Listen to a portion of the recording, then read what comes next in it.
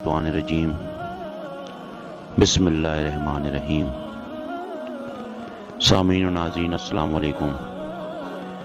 اگر صدقہ دینے کے لیے کچھ نہ ہو فَلْيَلْعَنِ الْيَهُودَ، تو یہودیوں پر لعنت بھیجو، اللہ تمہیں صدقے کا ثواب عطا فرما دے گا، کیونکہ یہود بدترین دشمن ہے اسلام کے، اور انہوں نے ہر دور میں اسلام اور اہل اسلام کے خلاف سازشوں کے جال بنے۔ کابل سے کندھار تک، قلعہ جنگی سے دشت لیلہ تک، تورا بورا سے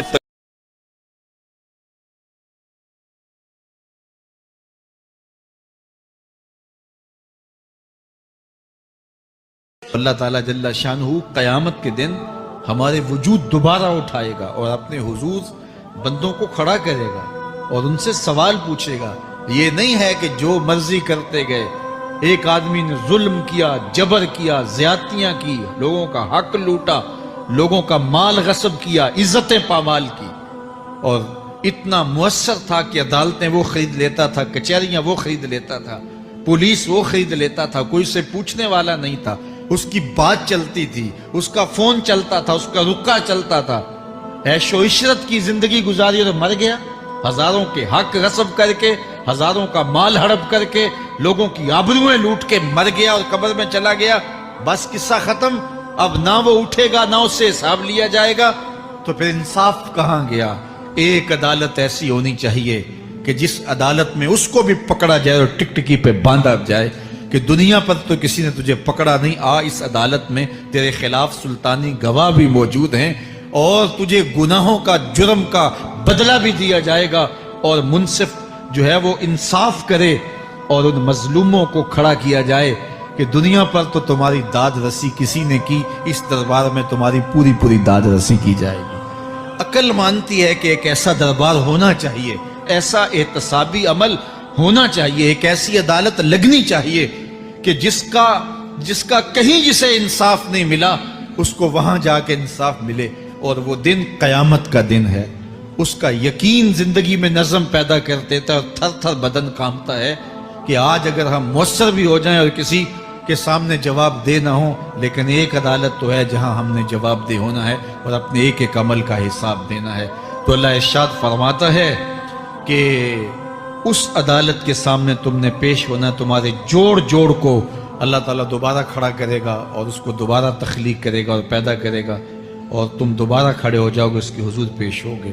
بل یرید الانسان لیفجر امامہ، بلکہ آدمی چاہتا ہے کہ اس کی نگاہ کے سامنے بدی کرے۔ استغفر اللہ۔ یہ ایک ظالم کافر تھا، وہ حضور کی خدمت میں آیا، کہنے لگا میں نہیں مانتا قیامت آئے گی۔ حضور نے اس کو دلائل دیے، تو جب دلائل کے سامنے بے بس ہو گیا تو کہنے لگا کہ جس قیامت کی آپ بات کرتے ہیں وہ قیامت آ بھی گئی تو میں نہیں مانوں گا۔ اللہ اکبر۔ تو وہ انکار کرنے والوں کی انتہا ہوتی ہے، اور ذرا دیکھیے وہ کیا بول رہا ہے، بل یرید الانسان لیفجر امامہ۔ اس کی سرکشی دیکھیے، اس کا تمرد دیکھیے۔ وہ کہتا ہے اچھا اگر قیامت قائم ہوئی تو یہ گناہ، یہ جرم، یہ بدی، یہ بدکاریاں، یہ ظلم جو میں کرتا ہوں، یہ بدکاریاں رب کے سامنے کروں گا۔ کیسی ڈٹائی ہے، مذاق اڑاتا ہے، تمسخر اڑاتا ہے آخرت کا۔ کہتا ہے جو بدیوں کا کاروبار میں نے گرم کیا ہے، جو بدکاریاں میری زندگی کا معمول ہیں، جو دادے عیش دیتا ہوں، جو عزتوں کو پامال کرتا ہوں، جو غریبوں کے پنجے توڑتا ہوں، جو لوگوں کا حق غصب کرتا ہوں، جو برائیاں کرتا ہوں، اگر قیامت قائم بھی ہو گئی تو میں یہ سارے جرم رب کے سامنے کروں گا، پھر وہ مجھے پکڑ کے دکھائے۔ اللہ اکبر۔ یسأل ایان یوم القیامہ۔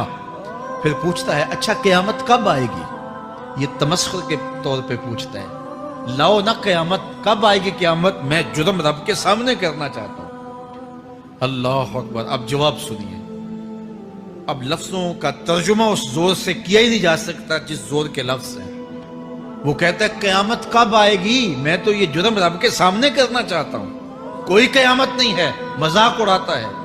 قیامت کب آئے گی؟ آواز آئی، فَإِذَا بَرِقَ الْبَصَرُ وَخَسَفَ الْقَمَرُ وَجُمِعَ الشَّمْسُ وَالْقَمَرُ۔ جب قیامت آئے گی تو آنکھیں چندھیا جائیں گے، چاند بے نور ہو جائے گا، سورج اور چاند اکٹھے ہو جائیں گے۔ یقول الانسان یومئذ این المفر۔ آج جو کہتا ہے کہاں ہے قیامت، اس دن بھاگتا پھرے گا، کوئی پناہ گاہ ہو بتاؤ۔ کوئی ہے ٹھکانہ چھپنے کا؟ کوئی پناہ گاہ ہے؟ کلا لا وزر، آواز آئے گی کوئی ٹھکانہ نہیں ہے، آج کوئی ٹھکانہ نہیں ہے۔ الی ربک یومئذ المستقر، اگر ٹھکانہ ہے تو صرف رب کے پاس ہے، انہیں ٹھکانہ ملے گا جو رب کے بندے ہیں اور اس کی دہلیز پہ آنے والے ہیں۔ یُنَبَّأُ الْإِنسَانُ یومئذ بما قدم وأخر، اللہ تعالیٰ اس دن بتا دے گا جو آگے بھیجا اور وہ بھی بتا دے گا جو پیچھے چھوڑا۔ ایک ایک چیز تشت از بام ہو جائے گی۔ یوم تبلی السرائر فما لہ من قوت ولا ناصر، اللہ فرماتا سارے راز کھل جائیں گے۔ جو بند کمروں میں جرم کیے، داد عیش دیتا رہا، وہ بھی کھل جائیں گے، اور پھر کوئی طاقت نہیں ہوگی، کوئی زور نہیں ہوگا، کوئی زر نہیں ہوگا جو اس کو بے نقاب ہونے سے بچا سکے۔ اے داور حشر میرا نامہ اعمال نہ پوچھ، اس میں کئی پردہ نشینوں کے بھی نام آتے ہیں۔ تو وہ کتنا سخت دن ہوگا۔ ارشاد فرمایا جائے گا کہ جو آگے بھیجا، جو پیچھے چھوڑا، جو جرم کرتا رہا، جو نیکیاں کی، جو برائیاں کی، سب کچھ تشت از بام ہو جائے گا۔ بل الانسان علی نفسہ بصیرہ، بلکہ آدمی خود اپنے حال پر اچھی طرح خود آگاہ ہے۔ ہم اسے نامہ اعمال کے دفتر دیں گے جہاں سب کچھ لکھا ہوگا۔ قرآن بتاتا جب نامہ اعمال سامنے آئے گا تو وہ بے ساختہ پکار اٹھے گا، ما لہذا الکتاب لا یغادر صغیرۃ ولا کبیرۃ الا احصاها، ہائے اس کتاب کو کیا ہوا، اس نے چھوٹی بڑی کوئی بات نہیں چھوڑی، سب کچھ لکھ دیا۔ نامہ اعمال سامنے ہوں گے، زمین بولے گی، ہاتھ پاؤں بولیں گے، فرشتے بولیں گے، کرامن کاتبین بتائیں گے یہ کیا کیا جرم کرتا رہا، کیا کیا گناہ کرتا رہا۔ تو اس دن ہر شے سامنے آ جائے گی۔ تو یہ تو ثبوت ہوں گے ہی ہوں گے، لیکن اللہ فرماتا ہے ثبوت تو اپنی جگہ، لیکن بل الانسان علی نفسہ بصیرہ، کیا انسان کو خود نہیں پتا کہ وہ کہاں کھڑا ہے؟ اس کو اپنے جرائم کی فہرست خود یاد ہے، اس کے ضمیر پہ خود اس کا بوجھ موجود ہے۔ اسے یہ نامہ اعمال نہ بتاتے، فرشتے نہ بتاتے، پھر بھی اسے پتا تھا کہ میں کیا ہوں اور کہاں میں نے جرم کیا ہے۔ وَلَوْ أَلْقَى مَعَاذِيرَهُ، اللہ اکبر، اگر اس کے پاس جتنے بہانے ہوں سب لا ڈالے، جب بھی کوئی اس کا بہانہ نہیں سنا جائے گا۔ قیامت کا دن ہوگا، دنیا کے اوپر تو بہانوں سے انسان بچ نکلتا ہے۔ کوئی جھوٹ بول لیا، کوئی جھوٹا گواہ پیش کر دیا، کوئی مکر کر لیا، کوئی رشوت چل گئی، کوئی سفارش کام آ گئی، کوئی بہانہ تراش لیا، بات کو توڑ موڑ کے پیش کر لیا۔ لیکن قیامت کا جب دن ہوگا تو کوئی نہ جھوٹا گواہ چلے گا، نہ رب کی پولیس رشوت لیتی ہے، نہ وہاں انصاف کے خلاف کوئی کام ہوگا، اور نہ ہی کوئی بہانہ چل سکے گا۔ اللہ اکبر۔ دوسری بات مفسرین نے یہ بھی لکھی کہ بعض اوقات یہ ہوتا ہے کہ انسان اپنے گناہ پر، اپنے جرم پر کوئی بہانہ تلاش کر کے لوگوں کو مطمئن کر لیتا ہے۔ جو اس نے جرم کیا، کسی سے زیادتی کی، کسی کا حق غصب کیا، تو لوگوں نے ملامت کی تو وہ کوئی بہانہ تراشتا ہے اور لوگوں کو مطمئن کر لیتا ہے۔ بعض کا لاجواب کر دیتا ہے، بعض کا مطمئن بھی کر لیتا ہے۔ وہ لوگوں کو تو مطمئن کر لیتا ہے لیکن وہ خود مطمئن نہیں ہو سکتا۔ جس نے جرم کیا ہوتا ہے، جرم اس کو اندر سے ڈستا رہتا ہے، اس کا ضمیر اس کو ٹھوکریں مارتا رہتا ہے، اندر کی بے چینی اسے تنگ کرتی رہتی ہے۔ اگرچہ وہ دلائل سے، مکر و فریب سے، باتوں کو توڑ موڑ کے عذر کر لیتا ہے، کوئی بہانہ بنا لیتا ہے، لیکن اس کے باوجود اس کے اندر کوئی چین، اندر کوئی اطمینان نہیں ہوتا۔ اللہ اکبر۔ تو مجرم بے چین رہتا ہے۔ آج ہماری بے چینیوں کا ایک سبب ہمارا مالک کی دہلیز سے منہ موڑنا اور بہت سارے دیدہ نادیدہ گناہوں کا ارتکاب کرنا ہے۔ جب ہم سے سستیاں ہو جاتی ہیں، کوتاہیاں ہو جاتی ہیں، تو وہ گناہ ہمارا پیچھا نہیں چھوڑتے اور ہمیں بے چین اور مضطرب رکھتے ہیں۔ تو بعض اوقات جو ہے وہ ہم کہتے ہیں کہ پتہ نہیں بے چینی کیا ہے۔ بے چینی گناہوں کی ہے۔ گناہ طبیعت میں بے چینی پیدا کر دیتا ہے، سکون نہیں آنے دیتا۔ اطمینان کی دولت چھن جاتی ہے جب کوئی شخص گناہ کرتا ہے، اور یہ لازمی نہیں ہے کہ وہ کسی کا حق غصب کرے، اس نے کسی کی عزت ہی پامال کی ہو، اس نے کسی کی آبرو پہ حملہ کیا ہو، اگر نماز چھوڑی ہے تو بے چینی یہ بھی کم نہیں ہے، یہ رب کی نافرمانی ہے۔ اگر اس کی نظر بھٹکی ہے تو یہ بھی کم بے چینی نہیں دیتی۔ اگر اس کا خیال بہکا ہے، اس نے زبان سے کسی کو دکھ دیا ہے، اس نے کسی کے لیے سب و شتم کا انداز اختیار کیا ہے، گالی گلوچ کا رنگ اختیار کیا ہے، تو پھر کیا ہوا کہ یہ بے چینی اندر کو توڑتی رہتی ہے۔ انسان چلتا پھرتا ہے لیکن اسے طمانیت نہیں ملتی، اسے سکون نہیں ملتا۔ سکون کب ملے گا؟ سکون تب ملتا ہے جب کسی سے زیادتی کی ہو تو اس سے جا کے معافی مانگ لی جائے، اور اس لجاجت کے ساتھ معافی مانگی جائے کہ وہ مجبور ہو جائے معاف کرنے پہ، تو پھر اندر طمانیت اتر جاتی ہے۔ اگر رب کی نافرمانیاں کی ہیں تو لیلۃ القدر کے دامن میں اس سے معافی مانگ لو، اتنی لجاجت سے معافی مانگو، اس قدر رو کے معافی مانگو، ترلے منت پہ اتر آؤ، ہاتھ جوڑو، آنسو بہاؤ، چیخو، چلاؤ، رو، اس کی دہلیز سے لپٹ جاؤ، اس سے اپنے گناہوں کی معذرت کرو۔ جب مالک نے معاف کر دیا اندر کی ساری بے چینیاں مٹ جائیں گی، دل کو قرار مل جائے گا، دل کو تسکین نصیب ہوگی۔ تسکین اس کی دہلیز سے تمہیں ملے گی، یہ اندر سے پھوٹتی ہے، باہر سے نہیں آتی ہے۔ تسکین کے قافلے اندر ہی اترتے ہیں، اندر سے اس کے سوتے پھوٹتے ہیں، اس کے چشمے پھوٹتے ہیں۔ ہم باہر سے ڈھونڈتے ہیں، باہر سے تسکین نہیں ملتی، یہ اندر سے آئے گی۔ اس لیے اس دل کے اوپر لگے ہوئے میل کچیل کو، غلاظت کو دور کر لو اور کھرچ دو دل کے اوپر پڑے ہوئے جتنے بھی زنگ ہیں، تو پھر نتیجہ کیا ہوگا؟ دل ستھرا ہوگا، مصفہ ہوگا، مزکا ہوگا، تو پھر دل پر نور ہوگا، تو پھر آپ کو زندگی گزارنے کا لطف اور سرور اور مزہ آنے لگ جائے گا۔ تو انسان جب دلیلیں تراشتا ہے، اس سے بعض اوقات اپنے آپ کو بھی مطمئن کرنے کی کوشش کرتا ہے، اوروں کو بھی مطمئن کر لیتا ہے، لیکن حقیقت میں اطمینان نہیں ہوتا، وہ بے چینی ہوتی ہے۔ تو اللہ تعالیٰ جل شانہ اس کہانی کو بیان کرتے ہوئے ایک اور مضمون کو بیان کیا، اور یہ بالکل درمیان میں جملہ معترضہ کے طور پہ جو ہے وہ نظر آ رہا ہے کہ بات تو چل رہی ہے، تو اچانک اللہ اپنے محبوب سے مخاطبہ فرماتا ہے اور کیا ارشاد کرتا ہے؟ لا تحرک بہ لسانک لتعجل بہ۔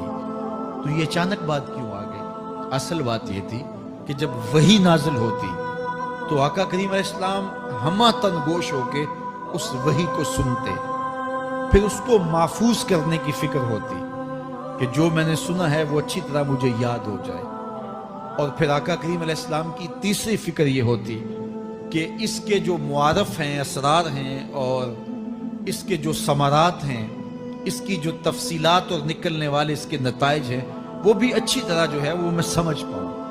تو یہ تین مشقتیں بیک وقت حضور گوارا کر رہے ہوتے۔ اب قیامت کا ہولناک منظر جو پیش کیا گیا، اور پھر انسان جب اپنے رب کی نافرمانی کرتا ہے تو جو اس کا حال ہوتا ہے، تو یہ سارے مضامین کو اللہ کے محبوب سن رہے تھے۔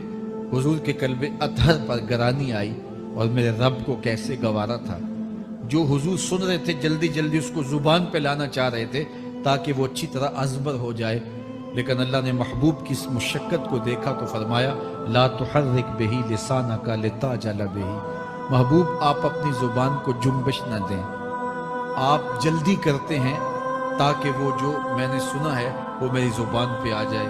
ان علینا جمعہ وقرآنہ، یہ ہمارے اوپر ہے، ہم آپ کے دل میں جمع بھی کریں گے، جو آپ کو سکھایا ہے وہ آپ کو یاد بھی رہے گا، وہ آپ بھول نہیں سکیں گے۔ فَإِذَا قَرَأْنَاهُ فَاتَّبِعْ قُرْآنَهُ، اور جب ہم پڑھ لیں تو پھر اس کے بعد آپ اس کو دہرائیں پڑھیں۔ ثُمَّ إِنَّ عَلَيْنَا بَيَانَهُ، پھر اس کی تفصیل بھی ہمارے ذمہ ہے، اس کا بیان بھی ہمارے ذمہ ہے۔ اس سے وہ لوگ جو حجیت حدیث کا انکار کرتے ہیں اور پھر وہ کہتے ہیں کہ نہیں بس قرآن مجید کی آیات ہی ہیں، اس کے علاوہ اور کچھ نہیں ہے، وہ من اللہ نہیں ہے، تو یہاں غور کرنا ہے۔ ثم ان علینا بیانہ فرمایا گیا، پھر ہمارے اوپر ہے اس کا بیان جو آپ کو ہم القا کریں۔ اور آقا کریم نے فرمایا، سنن نسائی کی روایت ہے، انما اوتیت القرآن ومثلہ معہ، مجھے قرآن دیا گیا اور قرآن جتنے اور علوم بھی میرے سینے میں رکھے گئے۔ تو صرف قرآن ہی نہیں اتارا گیا حضور کے سینے میں، حضور کے سینے میں بہت کچھ نازل کیا۔ حضور کا سینہ گنجینہ ہے اسرار و معانی کا، اور اللہ تعالیٰ جل شانہ نے اپنے محبوب کو بہت کچھ عطا کیا۔ یہ بیان کرنے کے بعد فرمایا، کلا بل تحبون العاجلہ وتذرون الآخرہ۔ اللہ اکبر، کوئی نہیں بلکہ یہ جو تم لوگ ہو اے کافرو، تم اس چیز کو پسند کرتے ہو جو بالکل نقد ہے، جو جلد ملنے والی ہے۔ دنیا کا سودا نقد ہے، دنیا کے نفع نقد ہے، دنیا کی لذات نقد ہے۔ شیطان کہتا ہے اب چوری کرو اب مال آئے گا، اب زنا کرو اب لذت ملے گی، اب ڈاکہ کرو اب امیر ہو جاؤ۔ تو دنیا کے سودے نقد ہیں اور آخرت کے وعدے ادھار ہیں۔ وہ ارشاد فرمایا، بل تحبون العاجلہ، تم دنیا کی جو عاجل چیزیں ہیں، جو بالکل نقد سودے ہیں، تم ان کے پیچھے پڑتے ہو، وتذرون الآخرہ، اور آخرت کو چھوڑتے ہو۔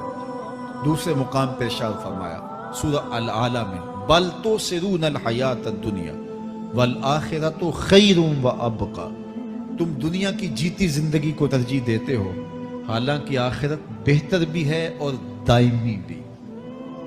میں آپ کی توجہ چاہوں گا، آخرت بہتر بھی ہے اور دائمی بھی، لیکن تمہاری ترجیح یہ دنیا ہے جس کی آخرت کے مقابلے میں کوئی حیثیت ہی نہیں ہے۔ حضور نے ارشاد فرمایا، اگر کسی کو جنت میں ایک کوڑا رکھنے کی جگہ مل جائے، ایک ڈنڈا رکھنے کی جگہ مل جائے، دنیا و ما فیہا کی دولتوں سے وہ زیادہ قیمتی ہے۔ 7 براعظموں پہ پھیلی ہوئی کائنات، سمندروں کی تہوں میں قیمتی موتی، پہاڑوں کے دامن میں قیمتی معدنیات، مالیاتی اداروں کے پاس سرمائے، لوگوں کے پاس دولت کے انبار، یہ سارے اکٹھے کر لیے جائیں اور ان کی قیمت لگائی جائے، اور جنت میں ایک ڈنڈا رکھنے کی جگہ، ایک عصا رکھنے کی جگہ، ایک کوڑا رکھنے کی جگہ، وہ جگہ پھر بھی زیادہ قیمتی ہے۔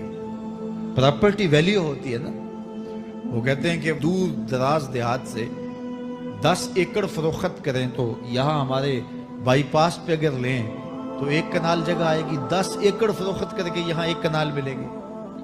اور اگر آپ مزید اس کو فروخت کر کے مزید جو ہے وہ کسی مہنگے علاقے میں چلے جائیں تو ہو سکتا ہے 2 مرلے اس 10 ایکڑ کے مقابلے میں آئیں۔ تو اس طرح مختلف جگہوں کی پراپرٹی ویلیو ہوتی ہے۔ اللہ کے محبوب جنت کی پراپرٹی ویلیو بتا رہے ہیں۔ 7 براعظموں پہ پھیلی ہوئی کائنات کو ایک پلڑے میں رکھیں، پوری دنیا کے اندر جو سرمائے ہیں، جو ماضی میں سرمائے لوگوں نے خرچ کر لیے، جو حال میں موجود ہیں، جو آنے والے ادوار میں لوگوں کے پاس آئیں گے، قارون کا خزانہ اور سرمائے سارے اکٹھے کر کے ایک پلڑے میں رکھ دیں، جنت میں ایک عصا رکھنے کی جگہ پھر بھی زیادہ قیمتی ہے۔ تو پھر دنیا کی آخرت کے مقابلے میں قیمت کیا ہوئی؟ دنیا کی جنت کے مقابلے میں ویلیو کیا ہوئی؟ اور جنت میں سب سے کم جگہ کس کو ملے گی؟ ظاہر ہے سب سے کم جگہ اسی کے پاس ہوگی جو سب سے آخر میں جہنم کے دھکے کھا کھا کے، رگڑے سہ سہ کے پھر آخر میں جنت میں جائے گا، سب سے تھوڑی جگہ اس کے پاس ہوگی۔ حدیث پاک میں آتا ہے، بخاری میں آتا ہے، حضور نے ارشاد فرمایا کہ جب جہنم سے آخری جہنمی نکالا جائے گا تو اللہ تعالیٰ اسے پوچھے گا بتا تیری کوئی آرزو، تو وہ کہے گا مالک یہ آرزو ہے، یہ آرزو ہے، مختلف آرزویں بتائے گا۔ اللہ فرمائے گا لکا ما تمنیتا، جو تو نے آرزو کی جا جا تجھے میں نے عطا کر دی، اب جنت میں چلا جا۔ تو اس کی تو توقع یہ ہوگی کہ سایہ دیوار جنت میں جگہ مل جائے تو غنیمت ہے، اور اگر جنت کے اندر جاؤں تو کوئی جھونپڑا مل جائے 2 مرلے کا تو وہ بھی کافی ہے۔ لیکن اللہ اسے کتنی جگہ دے گا؟ اللہ فرمائے گا جا جنت میں، تیرے لیے جنت میں دنیا سے 10 گنا جگہ ہے۔ 7 بر اعظموں کو 10 سے ضرب دے تو کہا کہ دنیا سے 10 گنا جگہ تیرے لیے، اس کو یقین ہی نہیں آئے گا۔ وہ کہے گا تسخر وانت الملک، میرے رب تو بادشاہ ہو کے مجھ سے مذاق کر رہا ہے؟ اللہ فرمائے گا نہیں، تیرے لیے 10 گنا جگہ ہے، اور اس کے لیے 10 گنا جگہ ہوگی جو سب سے آخر میں جنت میں جائے گا۔ میں آپ کی توجہ چاہوں گا، جو آخری جنتی ہے اس کے پاس کتنی جگہ ہوگی، کتنی پراپرٹی ہوگی؟ آج تو 2 10 20 50 مربع کسی کے پاس ہوں تو وہ اتراتا ہوا چلتا ہے کہ میں اتنا بڑا ذمہ دار ہوں۔ جنت میں آخری جنتی کی جگہ کتنی ہوگی؟ دنیا سے 10 گنا جگہ۔ تو داتا گنج بخش علی حجویری کی جاگیروں کا عالم کیا ہوگا؟ بابا فرید الدین گنجے شکر کی جاگیروں کا عالم کیا ہوگا؟ پھر اصحاب رسول کی جاگیروں کا عالم کیا ہوگا؟ قیمتی کتنی جگہ کہ ایک ڈنڈا رکھنے کی جگہ مل جائے، دنیا و ما فیہا سے وہ قیمتی، اور وہ قیمتی جگہ دنیا سے 10 گنا جگہ اس کو دی جائے گی جو سب سے آخر میں جائے گا۔ تو مجھے بتائیے اس سے بڑا بے وقوف کوئی ہے جو آخرت کو برباد کر کے دنیا کا سودا کرتا ہے؟ بل توسرون الحیات الدنیا والآخرۃ خیر وابقا، کہا آخرت بہتر بھی ہے اور دائمی بھی ہے، نہ ختم ہونے والی زندگی ہے۔